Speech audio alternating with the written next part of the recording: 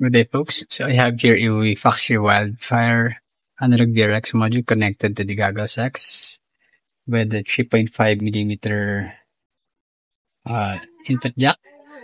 And currently with the solution using the BDA adapter that we use, that most of the flyers use for their DJI rigs, the Foxy Wildfire is not compatible.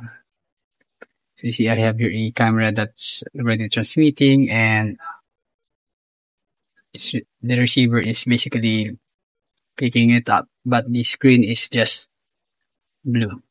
So this is not compatible as many have reported. So what's different today is that we'll be using this external head tracking module that also supports analog VRX, and using the same Foxy Wildfire, we'll try to connect this one to the goggles. Okay, so this is now seated on the head tracking module.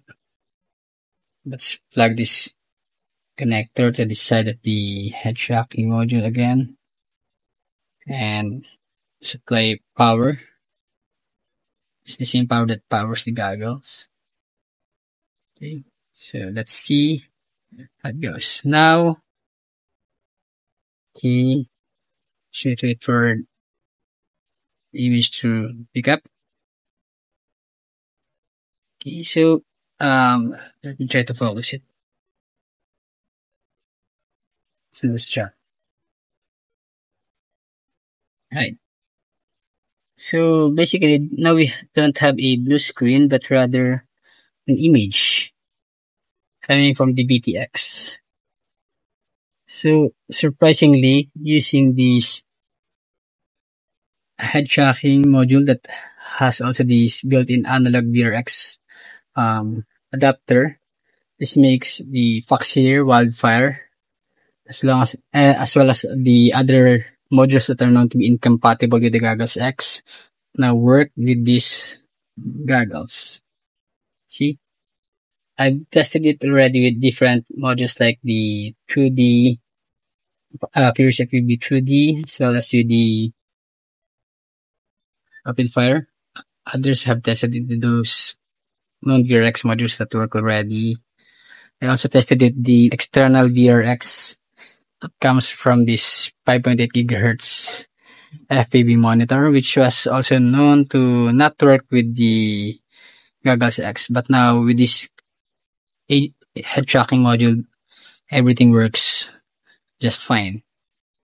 So looking at the front, you see how high this tower could be. This might be quite annoying, but I guess you can mount it on the strap, maybe in front, or maybe some customized top plate for the Goggles X.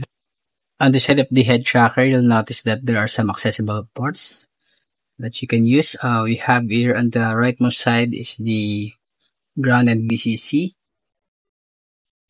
Next, we have the ground and 5V port.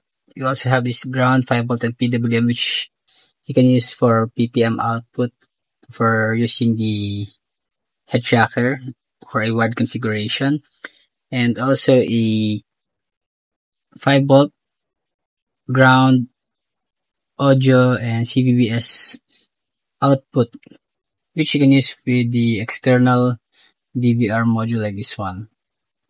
So you'll just need a 4-pin GSTSH, and all you need to do is to plug the DVR on the side of the head tracker / analog module. At the moment, the head tracker analog adapter is just mounted by a thick double-sided tape. You can mount it anywhere else if you want, as long as the wires are accessible.